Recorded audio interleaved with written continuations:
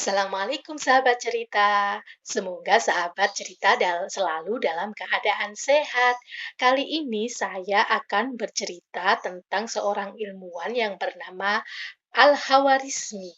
Al-Hawarizmi lahir di Kufah, yaitu tepatnya di kota Al-Hawarizmi, Uzbekistan. Sejak kecil, Al-Khawarizmi ini pindah bersama keluarganya ke bagian selatan di kota Baghdad. Dan disinilah ketika usia Al-Khawarizmi itu 20 tahun, beliau mulai bergabung dengan sebuah rumah penelitian yaitu bernama Bait Al-Hikmah merupakan pusat penelitian dan pengembangan ilmu pengetahuan baik dari masa Yunani maupun yang sedang berkembang hingga sekarang. Di situ berkumpul beberapa seorang peneliti dan cendekiawan termasuk Al-Khawarizmi yang di situ Al-Khawarizmi di sini berkonsentrasi terhadap ilmu matematika. Beliau membuat sebuah buku yang bernama Al-Mukhtasar fi Hisab Al-Jabar Al-Mutaqabbalah.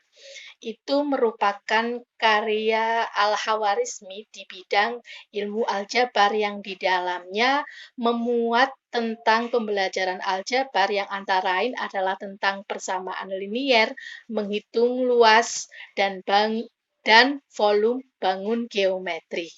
Karena hal tersebut, Al-Khawarizmi dijuluki sebagai Bapak Aljabar. Selain berperan dalam ilmu aljabar, Al-Khawarizmi juga ini berperan sebagai pencetus menggunakan angka nol. Meskipun kalau dilihat dari sejarah nih, angka nol ternyata sudah digunakan sejak zaman Babilonia. Saat itu, jauh ratusan tahun sebelum Masehi, orang-orang Babilonia menggunakan angka nol untuk menandai musim yang silih berganti. Namun, sekitar abad 7, ternyata angka nol ini sudah mulai digalakkan lagi, yaitu di India.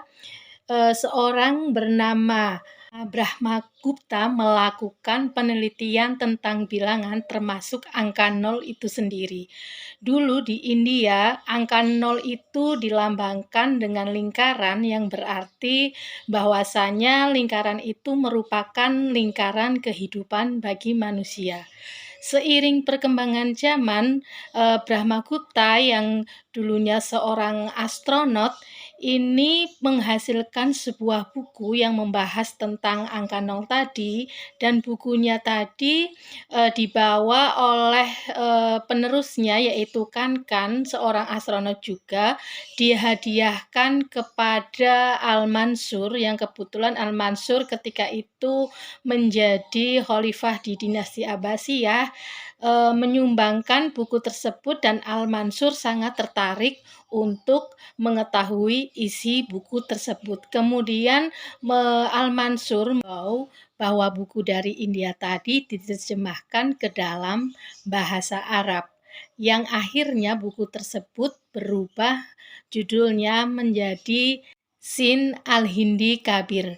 Dan Al-Khawarizmi ini sangat tertarik dengan buku tersebut, kemudian mencoba melengkapinya, melubah tersebut menjadi judul yang lebih sempurna, yaitu bernama Al-Jami wa Tafriq Bihisab Al-Hind. Buku tersebut pada mulanya disebarkan di Eropa dan tidak langsung diterima begitu saja karena pada awalnya orang-orang Eropa menganggap buku tersebut membahas tentang bilangan nol, yang dianggap bilangan nol ketika itu adalah bilangan setan atau bilangan yang membahayakan, sebuah kode yang membahayakan bagi negara-negara di Eropa. Namun seiring perkembangan zaman, akhirnya buku tersebut pun diterima oleh masyarakat Eropa. Dan ketika buku tersebut diterima di masyarakat Eropa nih, diterjemahkan Al-Khawarizmi ini dalam bahasa Latinnya diganti dengan algoritma. atau logaritma. Sehingga ilmu-ilmu logaritma yang kita pelajari sekarang itu merupakan asal kata ya, asal katanya yaitu al-Khawarizmi yang merupakan bahasa Latinnya al-logaritmen yang merupakan orang yang berjasa dalam ilmu matematika. Karena berbicara masalah logaritma sehingga al-Khawarizmi ini juga dianggap berperan dalam ilmu-ilmu logaritma sehingga beliau pun di situ menguraikan tentang hal-hal yang berkaitan dengan logaritma. Antara lain adalah adanya tabel trigonometri, sinus, kosinus, dan tangen, kosek, dan sebagainya, itu yang merupakan menjadi jantungnya ilmu informatika dan komputer sampai saat ini. Selain berkecimpung di dunia matematika, ternyata al-Khawarizmi ini juga berperan dalam bidang astronomi. Beliau berperan dalam hal antara lain yaitu pembuatan kalender Yahudi. Yang dimaksud dengan kalender Yahudi di sini adalah kalender di mana proses dari penciptaan Nabi Adam sehingga sampai terjadinya manusia di bumi ini. Itu yang dinamakan dengan kalender Yahudi. Itu al-Khawarizmi juga membuat tabel perhitungan astronomi yang dimana di situ bisa mengukur kedalaman bumi sebagai dasar penelitian untuk bidang astronomi hingga sekarang. Khawarizmi ini juga berperan di bidang geografi. Beliau berperan dalam pembentukan peta dunia.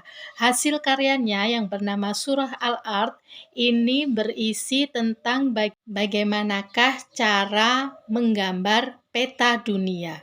Selain itu, al-Khawarizmi juga menemukan konsep tentang alat petunjuk waktu yang menggunakan bayangan sinar matahari. Betapa banyaknya peran al-Khawarizmi dalam ilmu sains, dalam ilmu matematika yang perlu dicontoh oleh generasi saat ini. Mungkin itu cerita kali ini. Ingat, yang belum subscribe silakan subscribe, yang sudah subscribe like agar video ini terus berkembang. Wassalamualaikum.